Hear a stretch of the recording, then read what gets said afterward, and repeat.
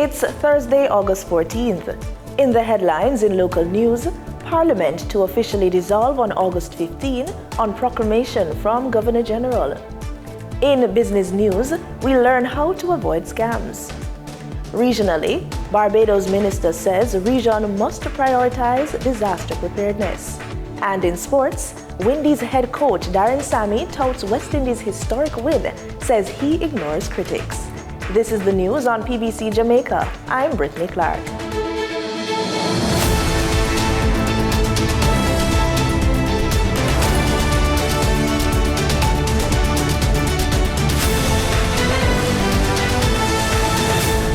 Jamaica's parliament will officially be dissolved this Friday, August 15, setting the stage for the September 3 general election. The announcement was made in a proclamation signed and sealed by Governor General Sir Patrick Allen on the advice of Prime Minister Andrew Holness. It follows the provisions of the Representation of the People Act and the Constitution and was published in the Jamaica Gazette on Monday, August 11. Nomination day has been set for Monday, August 18, when candidates will formally enter the race for seats in the House of Representatives. The Ministry of Education is ramping up its literacy drive with a $1 billion plan to get every child reading at or above grade level. From free books to specialized teacher training, officials say the goal is simple: no student left behind. Danita Rodney tells us more. At a recent JIS think tank, Permanent Secretary in the Ministry of Education, Dr. Kassan Troop, outlined the government's strategy to strengthen reading skills among students from grades 1 to 3. This year we're making a strategic decision, right, to have a discrete approach where we are empowering our teachers, we are retooling them so they can deliver lessons in reading in a discrete fashion at a timetabled session. To address these gaps, she says reading instruction is now being delivered separately from language arts, allowing students to receive more concentrated support. What we did to make sure that that is possible, this year we pulled our teachers from grades 1, 2, and 3 into training, right? To make sure that they understand the rudiments of teaching reading. Beyond the classroom resources, Dr. Troop shared that the ministry is developing a comprehensive toolkit for teachers, offering lesson plans, best practices, and professional development opportunities. So we are resourcing for teaching and learning, we are retooling our teachers, and of course, our assessment team now and our curriculum team, they're providing like a toolkit, a set of tools for teachers at different levels. So teachers who need more support, we are putting a body of information together where they can go on a space that they can go and access that. Teachers who they are independent but still need to enrich and to broaden their skill set and knowledge, we are putting information together. Because we understand, as educators, we have to keep learning. The thing in education, you're never there. Reporting for the news on PBCJ, I am Danita Rodney. 17 Jamaicans have been awarded the prestigious Chevening Scholarship to study in the United Kingdom, the largest number from the island in recent years. The scholarships, funded by the UK government, cover full tuition and living expenses for master's degrees at leading universities worldwide. Recipients are chosen for academic excellence, leadership potential, and a commitment to making a difference at home. British High Commissioner to Jamaica, Judith Slater, says the record number reflects the exceptional talent of Jamaican scholars and the UK's commitment to supporting the country's growth and development. This year's awardees will study fields ranging from artificial intelligence and public policy to clinical dermatology and music psychology, all pledging to return to Jamaica to put their skills to work. Applications for the next Chevening cycle close in early October. Details are available at chevening.org. The finance minister is vowing to secure more funding for one of the government's biggest investments in future leaders. Portfolio Minister Favour Williams made the pledge on Wednesday as she celebrated this year's recipients of the Marcus Garvey Public Sector Graduate Scholarship. Today also marks the 5th and final year of that initial cabinet-approved commitment, and it is a fitting moment to reflect on the impact it has made and to look ahead to the legacy it will leave. But I have to tell you, after seeing the success of this first Marcus Garvey Public Sector Scholarship Program, I can assure you that I will be seeking Cabinet's approval for the funding for the next 5 years of this program. In her speech, Minister Williams hails the initiative as a bold investment in Jamaica's future leaders, with more than $1 billion allocated since its launch in 2020. The Marcus Garvey Scholarship embodies our vision for a stronger, more capable, and innovative public sector, one that is equipped with the advanced knowledge, global perspectives, and practical skills needed to meet Jamaica's most pressing challenges. It is not merely about financing education. It is about investing in leaders who will transform ideas into action and policies into measurable results. Minister Williams says these scholarships are not gifts, but strategic investments, with recipients committing to serve in the public sector for at least 5 years after completing their studies. As the then minister often would say, and I quote, "Scholarships such as these are not gifts. They are strategic investments. And in return, our awardees commit to serving the people of Jamaica for at least 5 years after their studies, ensuring that the benefits of this opportunity are felt across ministries, agencies, and communities." Quoting Marcus Garvey, she reminded scholars that education is the key to empowerment and national progress. The Honorable Marcus Garvey once reminded us that the ends you serve that are selfish will take you no further than yourself, but the ends you serve that are for all in common will take you into eternity.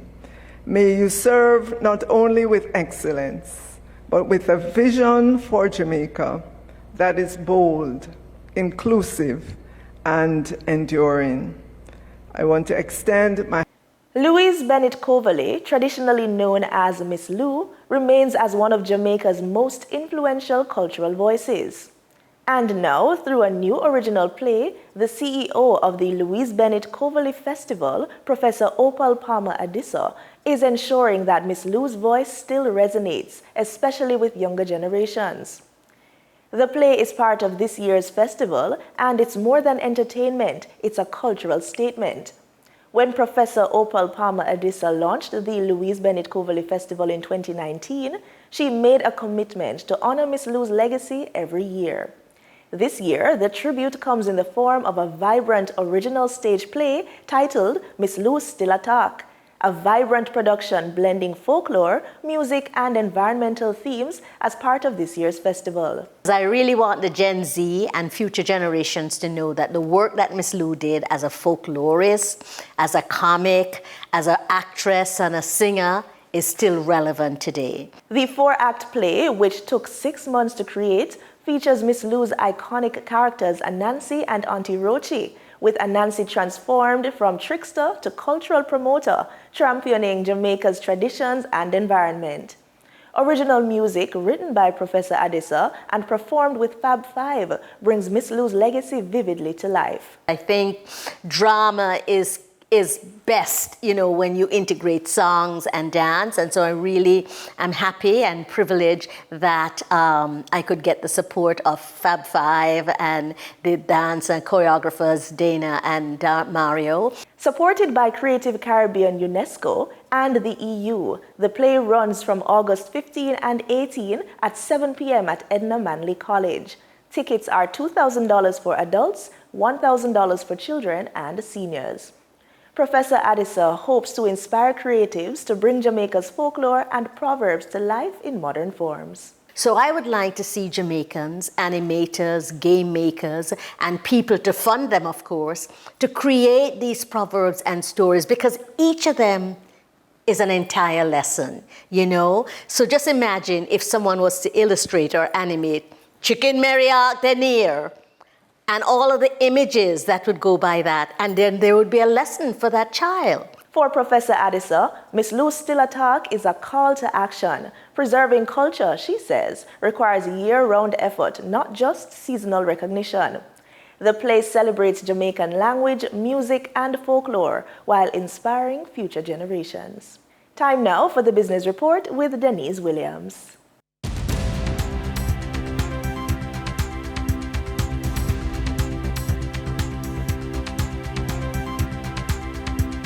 Welcome to today's Business Report. I'm Denise Williams, here to bring you the stories shaping the financial world and guiding your journey to smarter business decisions.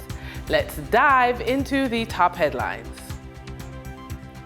International Forex educator Gordon Clark II has taught financial principles in 129 countries, personally visiting Jamaica to do a series of training on business building and digital currencies. Mr. Clark shares his views on avoiding scams and being in a rush to get money from your online trading account.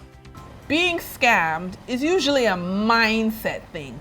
So give us some grounding on how do we set our mind to know how not to be scammed, but then set our mind to be open to receiving what we really deserve. So you want to look at things the same way you would look at everything else. I think the idea of when people, because they've been traumatized by it, they approach it differently because they don't know anything about it. So they come in with the mindset of, I don't know anything about it and I don't trust it, right? So you got to look at it how any business works. It's regulated. So since it's regulated, you need to find a place that reports to see if it's regulated. So one thing that I tell people to look up, wikifx.com.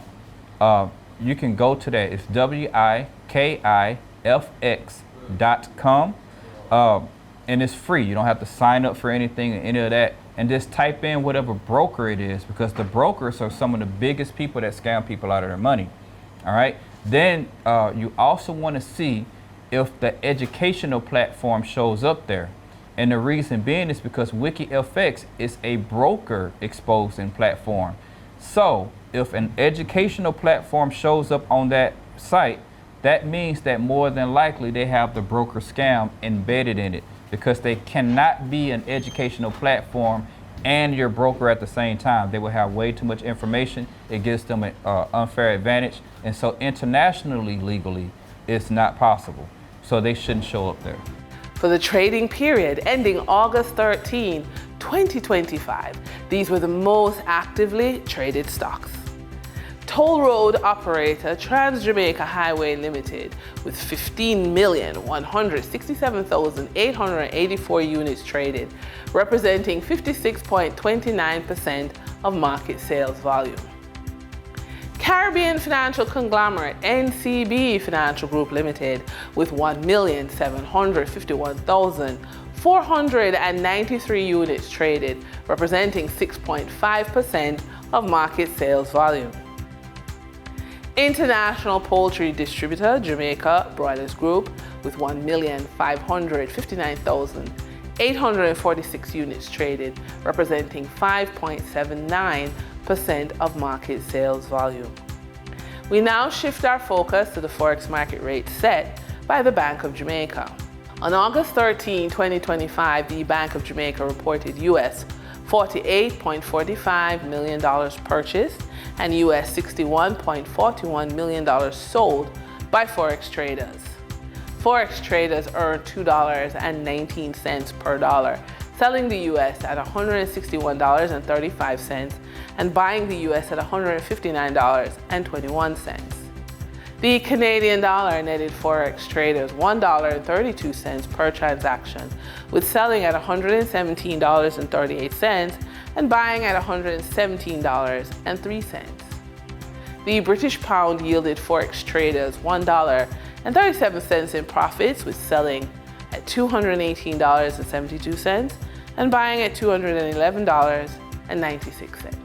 For our credit report tip of the day, A high credit score is more than a number. It's a green light.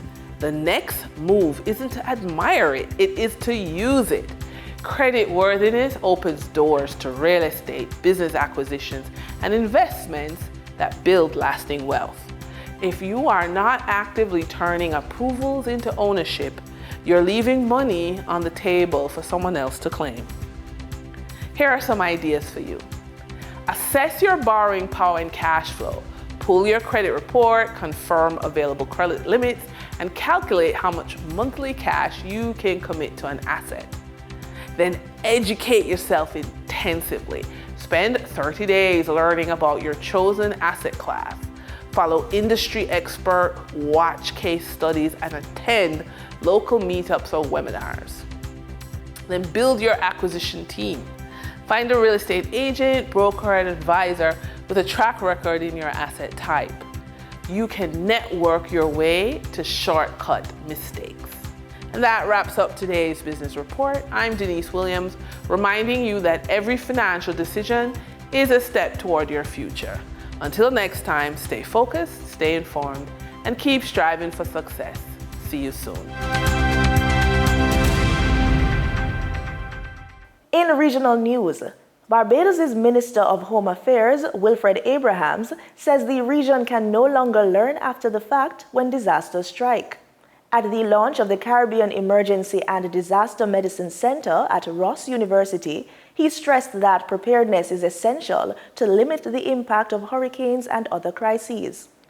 Citing lessons from Hurricanes Elsa and Beryl and the COVID-19 pandemic, Abraham says Barbados is improving hurricane readiness and now aims to tackle public health challenges before they happen.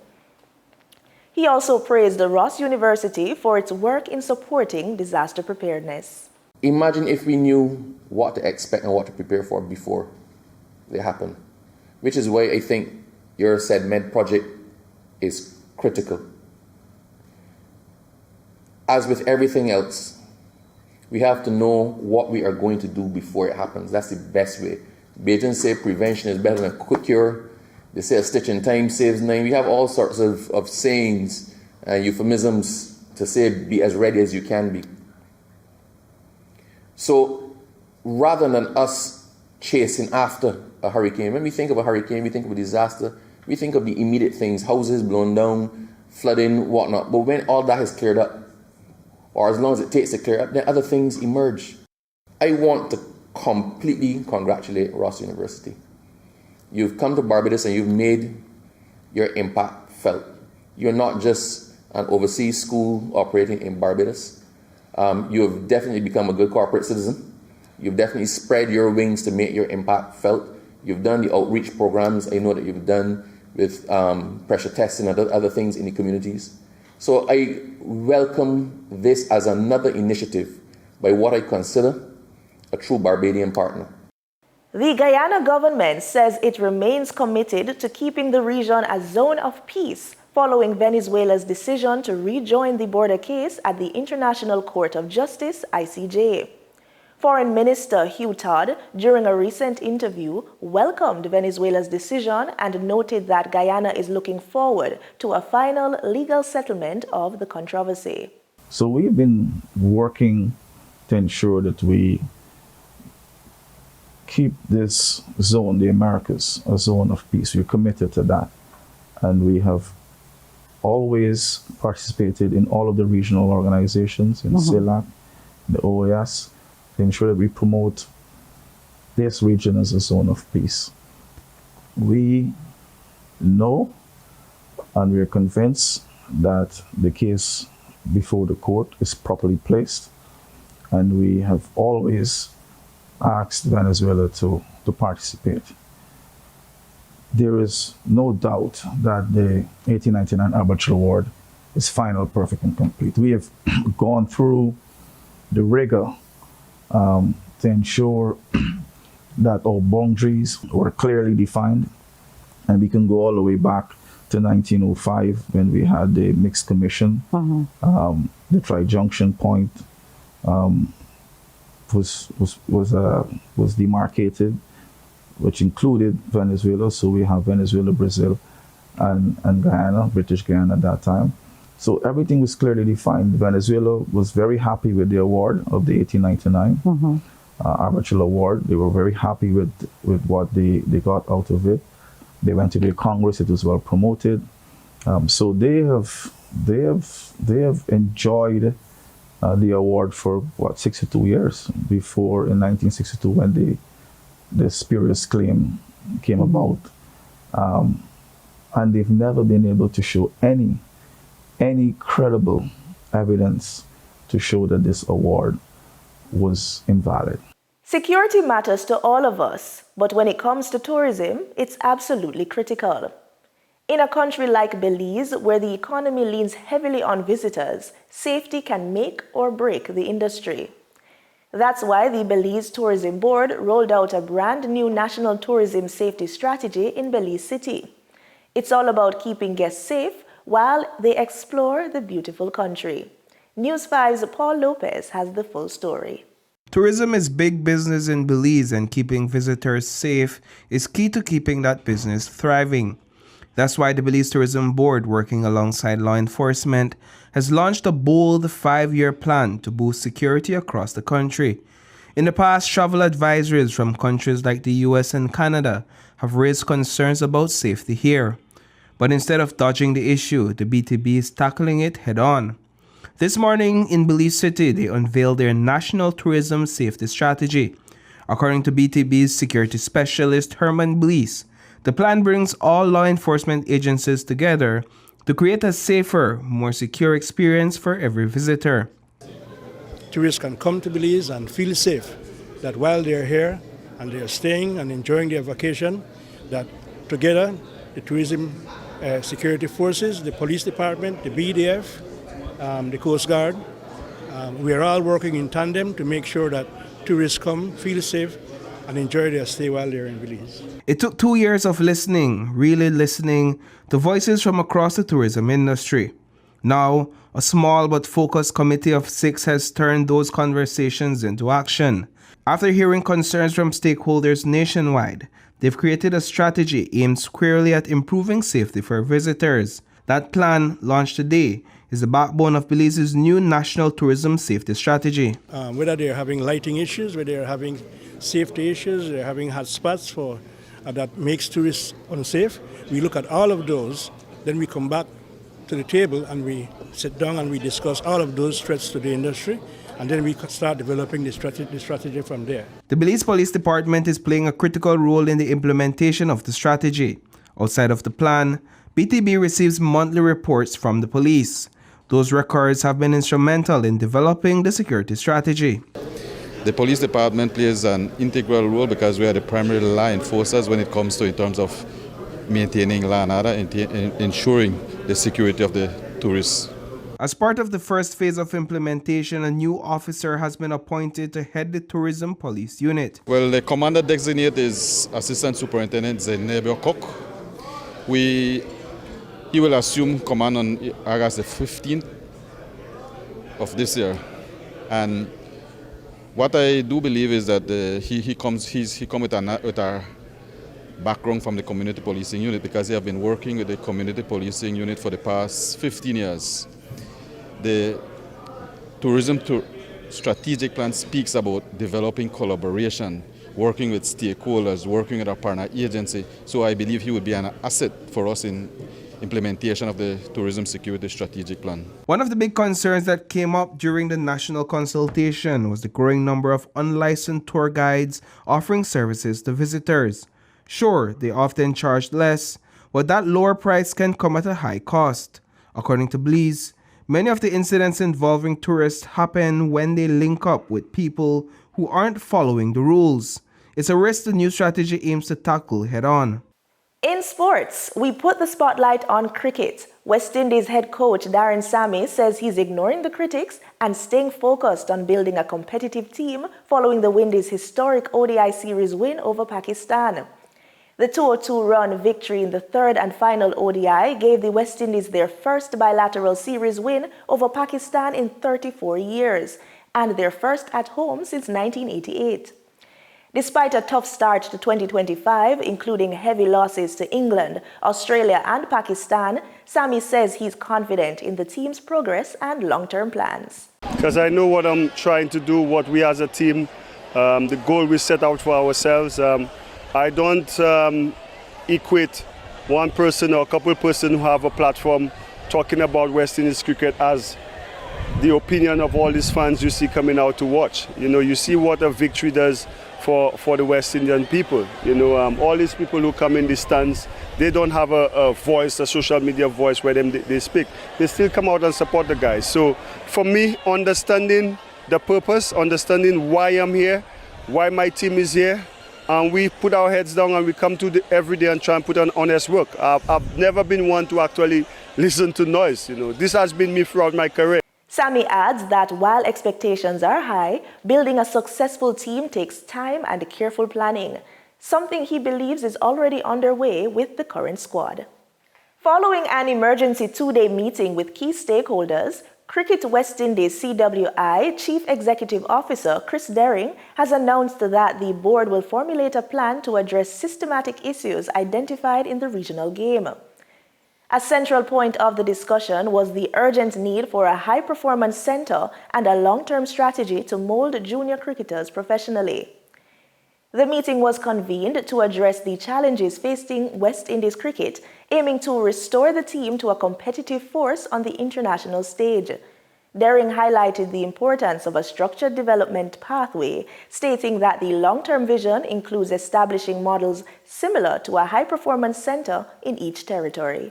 Probably amongst the top 5 facilities for the development of our cricketers is, as you know, as Miles says, it's systemic.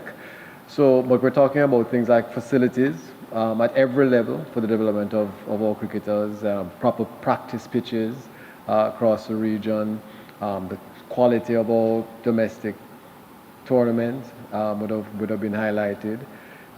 There's definitely a skills deficiency at various levels that are, you know, really don't get highlighted until they reach international level, and then you see the glaring deficiencies vis-a-vis our international counterparts, which again is systemic because it's very difficult, as you know, the batting coach pointed out today, it's very difficult to change habits when you're getting somebody who has made so many runs at regional level, but clearly have deficiencies when it comes to the international level.